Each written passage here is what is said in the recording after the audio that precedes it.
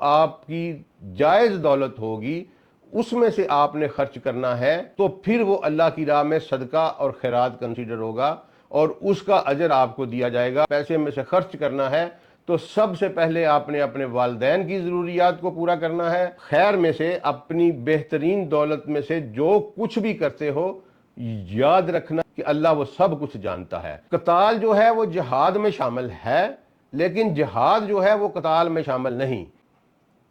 اعوذ باللہ من الشیطان الرجیم، بسم اللہ الرحمن الرحیم۔ رب ادخلنی مدخل صدق واخرجنی مخرج صدق واجعل لی من لدنک سلطانا نصیرا۔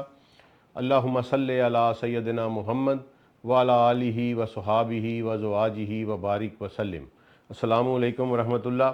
ہم اپنے سبق میں آگے بڑھیں گے سورہ بقرہ میں، اور ابھی سورہ بقرہ کا بہت ہی اہم چیپٹر ایک شروع ہو رہا ہے جو کہ سوال جواب کی صورت میں ہے، اور دراصل یہ پرماننٹ قانون سازی ہے مسلم امہ کے لیے جس نے قیامت تک کے لیے برقرار رہنا ہے، اور یہ معاشرتی علوم کے بارے میں اور انسان کی جو سوشل لائف ہے اس کے بارے میں یہ کچھ قوانین ہیں، جو کچھ ایسی چیزیں ہیں جو مسلمانوں کے اوپر فرض کی گئی ہیں، اور ان کا انداز یہاں پہ بہت پیارا ہے کہ لوگ رسول اللہ صلی اللہ علیہ وآلہ وسلم سے سوال کرتے ہیں، پوچھتے ہیں کہ یہ کام کیسے کیا جائے، تو اس کا جواب اللہ تعالیٰ خود دیتے ہیں، اور اس جواب کو قرآن پاک کا حصہ بنایا گیا تاکہ یہ جو جواب ہیں یہ پرماننٹ قانون کی شکل اختیار کر جائیں اور ہمیشہ ہمیشہ کے لیے امت مسلمہ میں برقرار رہیں۔ تو یہ ہے آیت نمبر جو ہے نا جی، یہ ہے 215۔ بسم اللہ الرحمن الرحیم۔ یسألونک ماذا ینفقون قل ما انفقتم من خیر فللوالدین والاقربین والیتامى والمساکین وابن السبیل وما تفعلوا من خیر فإن اللہ بہ علیم۔ تو یسألونک ماذا ینفقون، یہ آپ سے پوچھتے ہیں، یسألونک سوال کرتے ہیں آپ سے، ماذا ینفقون کہ ہم کیا خرچ کریں۔ اچھا جی، یہ جو خرچ کرنا ہے نا جی، یہ ادر دین زکوٰۃ کی بات ہو رہی ہے۔ کیپ ان مائنڈ، زکوٰۃ ایک ایسا عمل ہے جو کہ مسلمانوں کے اوپر فرض کیا گیا ہے، اور فرض کے ساتھ ساتھ اس کا جو کلیکشن ہے وہ 100% اسٹیٹ کی ذمہ داری ہے۔ ہمارے ہاں چونکہ مسکنسیپشن بھی ہے اور ایبسنس آف اسلامک اسٹیٹ بھی ہے، جس کی وجہ سے لوگوں نے ایک اجتہاد کی صورت میں یہ لیا ہوا ہے کہ وہ خود زکوٰۃ دیتے ہیں۔ ادروائز آپ جناب ابوبکر صدیق رضی اللہ عنہ کے عمل کو دیکھیں تو رسول اللہ صلی اللہ علیہ وآلہ وسلم کے بعد دو طرح کے لوگ تھے جنہوں نے زکوٰۃ دینے سے انکار کیا۔ ایک یہ تھے، ایک تو سرے سے منکر ہی ہو گئے نا، انہوں نے کہا بھی ہم تو ٹیکس پے نہیں کریں گے، یعنی ہم گورنمنٹ کی اتھارٹی کو ہی نہیں مانتے۔ آج بھی یہی ہے کہ اگر کوئی ٹیکس پے کرنے سے انکار کر دے تو اس کو ہائی ٹریجن یا غداری سمجھا جاتا ہے اسٹیٹ کے ساتھ۔ تو ایک تو انہوں نے ایک گروپ تھا جس نے صریحاً انکار کر دیا۔ دوسرا گروپ جو کہ میجارٹی میں تھا وہ یہ کہتے تھے کہ ہم آپ کو نہیں دیں گے، ہم آپس میں تقسیم کر لیں گے، لیکن ہم اپنے یعنی انڈیویجولی زکوٰۃ کو تقسیم کر لیں گے لیکن آپ کو جمع نہیں کروائیں گے۔ تو ان کے خلاف بھی جناب ابوبکر صدیق نے سلام اللہ علیہ، انہوں نے ان کے خلاف جہاد کیا، قتال کیا، اور اس وقت تک کہ تا وقتیہ انہوں نے اس حکم کو مان نہیں لیا کہ وہ زکوٰۃ پے کریں گے گورنمنٹ کو، تو انہوں نے اس وقت تک ان کی جان نہیں چھوڑی، ان کو منوا کے چھوڑا۔ تو اس سے یہ ثابت ہوا کہ زکوٰۃ جو ہے وہ لینا اسٹیٹ کا جو ہے وہ ذمہ داری ہے، اور اس کا خرچ کرنا بھی اسٹیٹ کی ذمہ داری ہے، اور اس کی اکاؤنٹیبلٹی بھی پھر اسٹیٹ کے اوپر آتی ہے۔ یہاں جو بات ہو رہی ہے یہ ادر دین زکوٰۃ ہو رہی ہے، جن کو ہم صدقات کہتے ہیں، جن کو ہم خیرات کہتے ہیں۔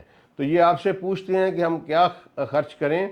کل ما انفقتم، اے نبی صلی اللہ علیہ وآلہ وسلم انہیں کہو کہ جو کچھ بھی تم خرچ کر سکو، من خیرین۔ اچھا، یہ من خیرین لگانے کا جو ہے نا جی، یہاں بہت ہی اہم چیز ہے کہ وہ صدقہ، وہ خیرات اللہ کی نظر میں قبول کی جائے گی جو من خیرین کا یہاں مطلب ہے کہ ویلتھ اور resources acquired through legal means, ٹھیک ہے جی، رائٹیس مین کے ذریعے جو آپ کی جائز دولت ہوگی اس میں سے آپ نے خرچ کرنا ہے، تو پھر وہ اللہ کی راہ میں صدقہ اور خیرات کنسیڈر ہوگا، اور اس کا اجر آپ کو دیا جائے گا، وہ آپ کے اکاؤنٹ میں اس کی پھر جو نیکی، جو ثواب، جو اجر ہے وہ کریڈٹ کر دی جائے گی۔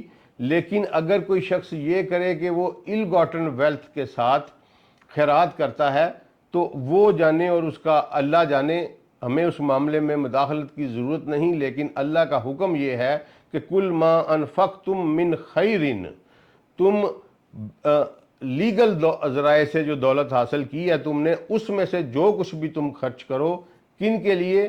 فَلِلْوَالِدَيْنَ وَالْأَقْرَبِينَ وَالْيَتَامَى وَالْمَسَاكِينِ وَابْنِ السَّبِيلِ۔ اب یہ دیکھیں کہ اللہ تعالیٰ نے کہا کہ تم جو لیگل ذرائع سے، قانونی طریقے سے جو دولت تم کماؤ، اس میں سے اگر تم اپنے والدین پہ خرچ کرو تو وہ بھی تمہیں اس کا بھی اجر دیا جائے گا۔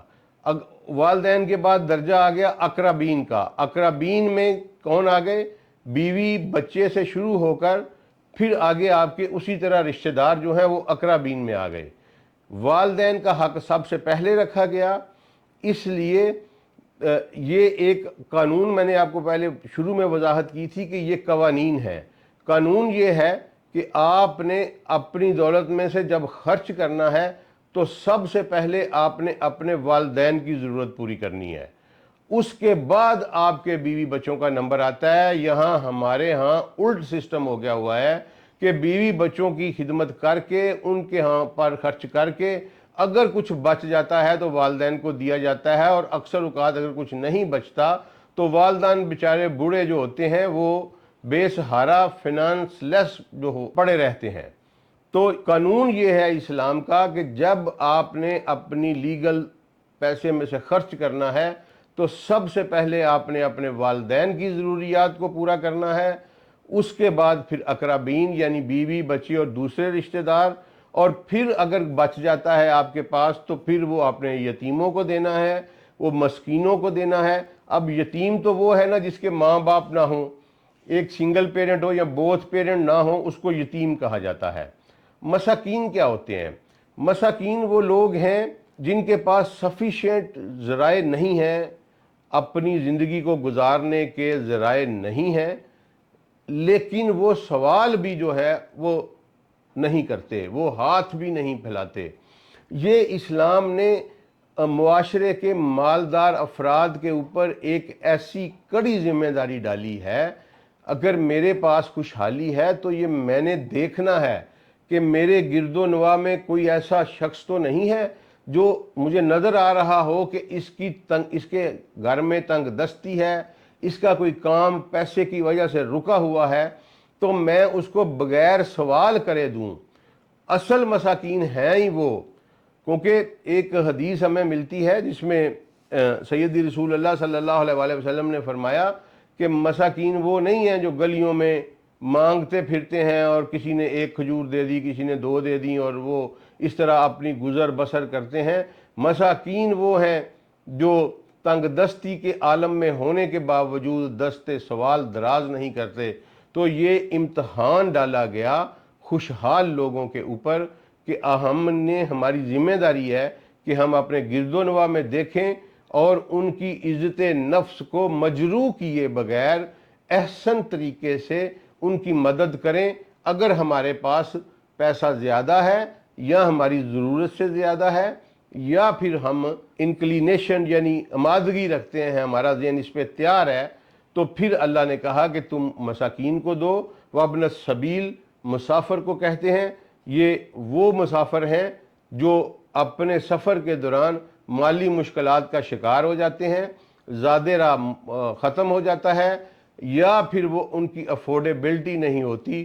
مثلا میں آپ کو اس کی ایک اگزامپل دیتا ہوں جو کہ میں روز دیکھتا ہوں اپنی زندگی میں، کہ میرا گھر جو ہے وہ شوکت خانم ہاسپٹل کے بالکل قریب ہے، تو بہت سارے مریض جو ہیں بیچارے وہ ایسے دور دراز علاقوں سے آتے ہیں جن کے پاس لاہور جیسے مہنگے شہر میں ٹھہرنے کے لیے جگہ نہیں ہے۔ اب شوکت خانم جب ریڈیو تھراپی کرتا ہے یا کیمو تھراپی کرتا ہے تو لوگوں کو 2-2 4-4 دن رہنا پڑتا ہے، اور جو باہر سے لوگ آئے ہوئے ہیں وہ بیچارے افورڈ نہیں کرتے، غریب لوگ ہوتے ہیں، ان کے پاس اتنے پیسے نہیں ہیں کہ وہ لاہور میں رہائش جو ہے اس کا بندوبست کر سکیں۔ تو بہت سارے لوگوں نے ہمارے گھروں کے گرد و نواح میں کتنے ہی کمپلیکس ہیں کہ اللہ تعالیٰ نے جن کو توفیق دی ہوئی ہے انہوں نے وہاں فری اسٹے، فری فوڈ کا بندوبست کیا ہوا ہے۔ تو یہ بہترین آپ سمجھ لیں کہ قرآن کے اس حکم کی تعمیل ہے، اور اس میں گورمے والوں کا بہت بڑا کمپلیکس میرے گھر کے بالکل بیک سائڈ پہ ہے، اور اس کے علاوہ 3-4 اور ہیں۔ کچھ گمنام لوگ ہیں، انہوں نے بڑی بڑی بلڈنگ، 2 بندوں کو میں ایسا جانتا ہوں وہ آج تک سامنے نہیں آئے، لیکن ان کی اربوں کی پراپرٹی ہے کمرشل ایریا میں، انہوں نے فری آف کاسٹ وہاں لیونگ بھی رکھی ہوئی ہے، فری آف کاسٹ فوڈ بھی رکھی ہوئی ہے۔ تو ہم سارے محلے دار بھی کبھی کوئی لے جاتا ہے، کبھی کوئی لے جاتا ہے کھانا ان کے پاس۔ تو یہ اس طرح کی مواقع جو ہیں ڈھونڈنا جو ہے، یہ انسان کی خوشحالی جس کو اللہ نے عطا کی ہے اس پر یہ فرض کر دیا گیا ہے کہ رسول اللہ صلی اللہ علیہ وسلم سے سوال کیا گیا تو اللہ نے اس کا جواب دیا کہ ان کو کہو، اور قرآن کا حصہ بنایا گیا، میننگ دیر بائی کہ یہ پرماننٹ قانون ہے۔ وَمَا تَفْعَلُوا مِنْ خَيْرٍ فَإِنَّ اللَّهَ بِهِ علیم۔ اور تم خیر میں سے، اپنی بہترین دولت میں سے جو کچھ بھی کرتے ہو، یاد رکھنا، یقین رکھنا کہ اللہ وہ سب کچھ جانتا ہے۔ اللہ یہ بھی جانتا ہے کہ تم نے کیسے کمائی، اور اللہ یہ بھی جانتا ہے کہ تم کس یہاں یہ علیم کا کہنے کا مطلب یہ ہے کہ اللہ کو تمہاری نیتوں کا بھی علم ہے کہ تم ریاکاری کے لیے یہ کام کر رہے ہو، تم شہرت کے لیے یہ کام کر رہے ہو، تم اپنی دولت کی نمائش کے لیے یہ کام کر رہے ہو، یا تم خالصتاً میری رضا کے لیے میرے بندوں پر مہربانی کر رہے ہو۔ اس مہربانی میں سے دیکھیں، جہاں ہم نے سورہ بقرہ شروع کی تھی تو وہاں میں نے آپ کو بڑے مفصل انداز میں یہ سمجھایا تھا کہ اس میں سے خرچ کرتے ہیں جو اللہ نے اس کو دیا ہوا ہے، ہمارا اپنا کچھ نہیں ہے۔ اگر میں خوشحال ہوں، اگر آپ خوشحال ہیں، تو اس میں ہمارا کوئی کمال نہیں ہے۔ یہ ہمیں جو کچھ دیا ہوا ہے وہ اللہ کا دیا ہوا ہے، اور اللہ کے دیے میں سے ہم نے اللہ کے نام کے اوپر، اللہ کی مخلوق کے اوپر خرچ کرنا ہے۔ بعض لوگ جو آج کل کے دہریے ہیں یا ایگنوسٹک ہیں، وہ یہ اعتراض کرتے ہیں کہ اللہ نے غربت کیوں بنائی ہے جی، پھر بندے کا کیا قصور ہے؟ دیکھیں، یہ دنیا جو ہے یہ امتحان گاہ ہے، یہاں کی زندگی جو ہے we are sitting in exam, تو ایگزامینیشن ہال میں ٹفسٹ کویشچن جو ہے وہ پریزنٹ کیے جاتے ہیں، اور یقین مانیں کہ یہ سب سے زیادہ ٹف کویشچن ہے انسانی زندگی کے اوپر کہ اس کے پاس مال ہو، اس کے پاس گھر میں خوشحالی ہو، اور اس کے گرد و نواح میں ایسے لوگ ہوں جن کی ضروریات پوری نہ ہو رہی ہوں، یا ان کے کام اس وجہ سے رکے ہوں۔ آپ کے جاننے والے یا آپ کے گھر میں کام کرنے والے، آپ کے دفتر میں کام کرنے والے کسی بندے کی بچی کی بہن کی شادی اس وجہ سے رکی ہوئی ہے کہ اس کے پاس پیسے نہیں ہیں، وہ برات کو کھانا نہیں کھلا سکتا۔ یہ ساری چیزیں جو ہیں ان کو آپ نے کاؤنٹ فار کرنا ہے، اور اس کا جواب آپ سے لیا جائے گا۔ یہ انسان کے اوپر امتحان ڈالا گیا ہے، اور یہ سب سے بڑا امتحان ہے۔ یہ نمازوں سے، یہ روزوں سے، یہ حج سے بڑا امتحان ہے۔ اس کا جواب نہیں دیا جا سکے گا آپ کو جب اللہ تعالیٰ آپ سے پوچھے گا کہ میں نے اتنی زیادہ تم پر مہربانیاں کی تھیں، تمہارے انڈر جو کام کرتا تھا بندہ جس سے تم روزانہ خدمت لیتے تھے، اس کی بیٹی صرف اس وجہ سے بیٹھی رہی، یا اس کے گھر میں پریشانی صرف اس وجہ سے رہی کہ اس کے پاس پیسے نہیں تھے، جبکہ تم پیسے میں عیاشی کر رہے تھے، تم اندھے تھے، تم دیکھ نہیں رہے تھے۔ اس کے اوپر انسان کا سب کچھ ضائع کر دیا جائے گا۔ یہ بہت ہی امپورٹنٹ فیکٹر ہے، کائنڈلی اس پہ توجہ دیا کریں، ہم سب مل کے اس پہ توجہ دیں۔ یہی اسلام کی بیوٹی ہے کہ اسلام جو ہے وہ ایک ایسا سسٹم نافذ کرتا ہے جس میں لوگ ولنگلی جو ہے وہ اللہ کی رضا کے لیے، جناب عمر ابن الخطاب نے ایک دفعہ ڈونیشنز مانگی تو ایک بندے نے سونے کا ایک ٹکڑا جو ہے وہ پھینکا، اور جب وہ سونے کا ٹکڑا پھینکا اس نے تو سیدنا عمر نے کہا کہ اے پھینکنے والے سخی، اپنا نام تو بتا دے۔ تو مجمع میں سے کسی بندے کی آواز آئی کہ میں نے تیری رضا کے لیے نہیں پھینکا جو میں تجھے اپنا نام بتاتا پھروں، میں نے جس کی رضا کے لیے دیا ہے وہ میرا نام بخوبی جانتا ہے۔ تو میرے دوستو یہ بیوٹی ہے اسلامک سسٹم کی۔ اچھا، اس کے بعد بڑی ہی خوبصورت آیت آ رہی ہے جو کہ آپ کی روزمرہ زندگی کو احاطہ کرتی ہے اور آپ کی ڈیسیژن میکنگ کو جو ہے نا جی وہ ایفیکٹ کرتی ہے۔ ڈیسیژن میکنگ کے اوپر اس سے خوبصورت آیت جو ہے وہ میں نے قرآن پاک میں اس سے اچھی، اس سے خوبصورت آیت نہیں دیکھی۔ یہ ہے کتب علیکم القتال وہو کرہ لکم وعسیٰ ان تکرہوا شیئا وہو خیر لکم وعسیٰ ان تحبوا شیئا وہو شر لکم واللہ یعلم وانتم لا تعلمون۔ اچھا جی، یہ شروع ہوتی ہے آیت کہ کتب علیکم القتال وہو کرہ لکم، کہ تم پر قتال فرض کر دیا گیا ہے، مینڈیٹری کمپلسری کر دیا گیا ہے، وہو کرہ لکم، اور اس سے تمہیں کراہت فیل ہوتی ہے، وہ تمہیں بھاری لگتا ہے، بوجھدار لگتا ہے۔ اب یہاں ایک بہت بڑی مسٹیک کی ہے اردو ٹرانسلیٹرز نے کہ انہوں نے قتال کو جہاں جہاں قتال آیا وہاں وہاں جہاد لکھ دیا۔ یہ بالکل دو علیحدہ علیحدہ ٹرمز ہیں۔ قتال جو ہے وہ جہاد میں شامل ہے، لیکن جہاد جو ہے وہ قتال میں شامل نہیں۔ یعنی ہر قتال جو ہے وہ جہاد ہوتا ہے، لیکن ہر جہاد قتال نہیں ہو سکتا۔ جہاد آپ اپنے مال سے بھی کرتے ہیں، آپ اپنی زبان سے بھی کرتے ہیں۔ ہر وہ ایفرٹ جو اللہ اور اس کے رسول کے راستے میں کی جائے، اللہ اور اس کے نظام کی سربلندی کے لیے، وہ جہاد کہلاتی ہے۔ اور قتال جو ہے یہ جہاد کا ایک حصہ ہے۔ یہاں قتال فرض کیا گیا ہے، کتب علیکم القتال۔ قتال کیا ہوتا ہے؟ قتال اسلام کی راہ میں جنگ کرنا ہے۔ آپ نے یہ دیکھنا ہے، یہ اسلامک اسٹیٹ کی ذمہ داری ہے، اور اس کے بعد اس اسٹیٹ میں بسنے والے ہر مسلمان پر یہ فرض ہے۔ آپ نے یہ، کیونکہ یہ امت جو ہے یہ اللہ کی نمائندہ بنا کر اس زمین کے اوپر نافذ کی گئی ہے۔ ہم اپنا سٹیٹس بھی بھول بیٹھے ہیں، اپنا ورثہ بھی بھول بیٹھے ہیں، اپنا مقام بھی بھول بیٹھے ہیں، جس کی وجہ سے ہم ذلیل و خوار ہو رہے ہیں۔ کتب علیکم القتال کا مطلب یہ نہیں کہ ہم تلواریں اٹھا کے قتل و غارت کرتے پھریں یا بندوقیں اٹھا کے لوگوں کو گولیاں مارتے رہیں۔ یہ اسٹیٹ کے چند اصول ہیں جو کہ وضع کیے گئے ہیں رسول اللہ صلی اللہ علیہ وآلہ وسلم کے احکامات میں، اور اسٹیٹ جب قتال کا اعلان کرے گی تو ہر مسلمان کا، یہ کوئی ضروری نہیں کہ صرف پاک آرمی ہی جائے گی یا فوجی ہی جائے گا اس قتال میں، یہ ناٹ ایٹ آل، ہر بندے کا۔ پھر میں کہہ رہا ہوں کہ یہاں قتال فرض کیا گیا ہے، جہاد کا ایک حصہ ہے۔ آگے آیت میں آئے گا کہ جہاد کیا ہے، اور جہاد بھی فرض ہے، لیکن یہاں قتال فرض کیا گیا ہے۔ کوئی بندہ جو فزیکلی ٹھیک ہے وہ اس سے استثناء نہیں رکھتا۔ اس لیے ہر مسلمان کو ملٹری ٹریننگ لینی چاہیے۔ پہلے ہمارے ہاں یہ رواج ہوتا تھا پاکستان میں، کالجز میں ہم نے لی ہوئی ہے وہ ملٹری ٹریننگ، ٹھیک ہے جی، NCC کا اس کا نام ہوتا تھا۔ دیکھیں اسرائیل کا ہر شہری اس کی آرمی کا حصہ ہے، IDF کا ممبر ہے ہر شہری، جس کے پاس اسرائیل کا شناختی کارڈ ہے وہ IDF کا ممبر ہے۔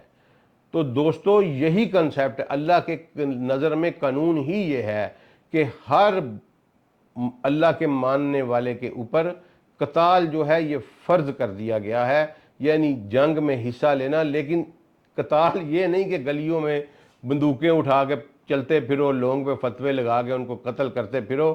قتال کے چند اصول ہیں جو کہ اسلامی اسٹیٹ جو ہوگی وہ وضع کرے گی۔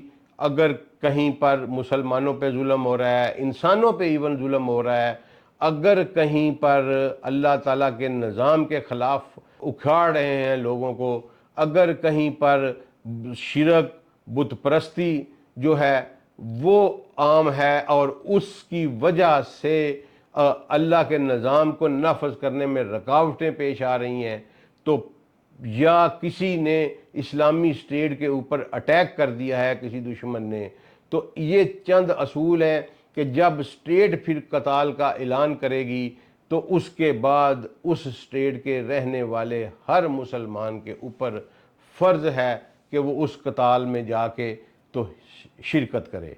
اور یہ اس لیے اللہ نے کہا وَهُوَ كُرْهٌ لَكُمْ، اور اس سے تمہیں بوجھ محسوس ہوتا ہے، یہ اس سے تمہیں کراہت آتی ہے۔ کیوں؟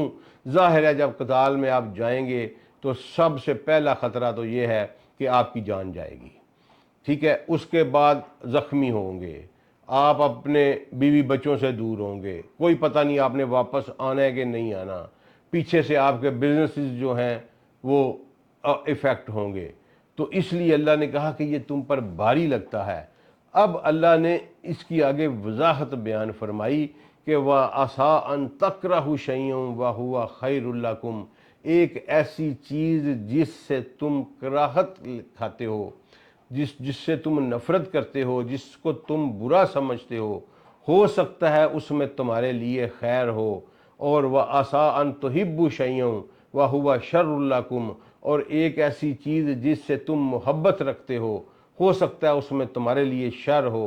وَاللَّهُ يَعْلَمُ وَأَنْتُمْ لَا تَعْلَمُونَ، اللہ جانتا ہے تم نہیں جانتے۔ دیکھیں ہمارا علم جو ہے وہ 5 حواس کے اوپر مشتمل ہے، جس کو ہم حواس خمسہ کہتے ہیں۔ ہم تو اگلے لمحے کا علم نہیں جانتے۔ میں تو یہ نہیں جانتا کہ میری اس ویڈیو کے کانسیکوینسز کیا ہوں گے، میں یہ ریکارڈنگ کرا کے کمرے سے باہر نکلوں گا تو میرے ساتھ کیا ہوگا۔ تو اللہ یہاں انسان کی بیچارگی کی وجہ سے کہہ رہا ہے کہ تم فائنل ڈیسیژن میکنگ میں، اللہ کہتا ہے کہ میرے اوپر جب ریلائنس کرو گے تو میں تمہیں تمہارے فیصلوں میں جو شر ہوگا اس سے محفوظ رکھوں گا، اور تمہیں ان فیصلوں کی طرف لے جاؤں گا جن میں خیر ہوگی۔ تو یہ اللہ تعالیٰ کا وعدہ ہے مومنین کے ساتھ کہ تمہیں نہیں پتہ، اللہ کہتا ہے میں بہتر جانتا ہوں، لہذا اگر تم میرے ماننے والے ہو تو میرے قوانین پر عمل کرو تو تمہیں خیر ہی خیر ملے گی، تمہیں شر سے بچایا جائے گا۔ لیکن اگر تم اپنے نفس کی خواہشات پہ چلو گے تو اس میں ہو سکتا ہے کہ تمہاری محبت تمہارے لیے ایک بہت بڑا مسئلہ بن جائے، اور تمہاری کراہت جو ہے وہ تم ایک بہت بڑی اپرچونٹی جو ہے وہ لوز کر بیٹھو۔ تو اس لیے اپنی تمام کوشش کرنے کے بعد ڈیسیژن میکنگ میں اللہ کے آگے سرنڈر کر دینا چاہیے۔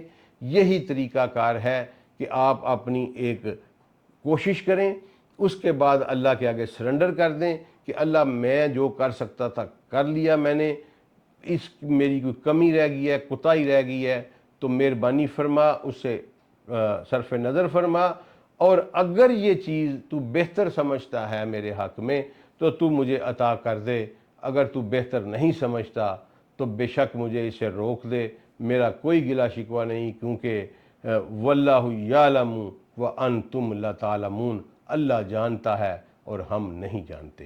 السلام علیکم ورحمۃ اللہ وبرکاتہ۔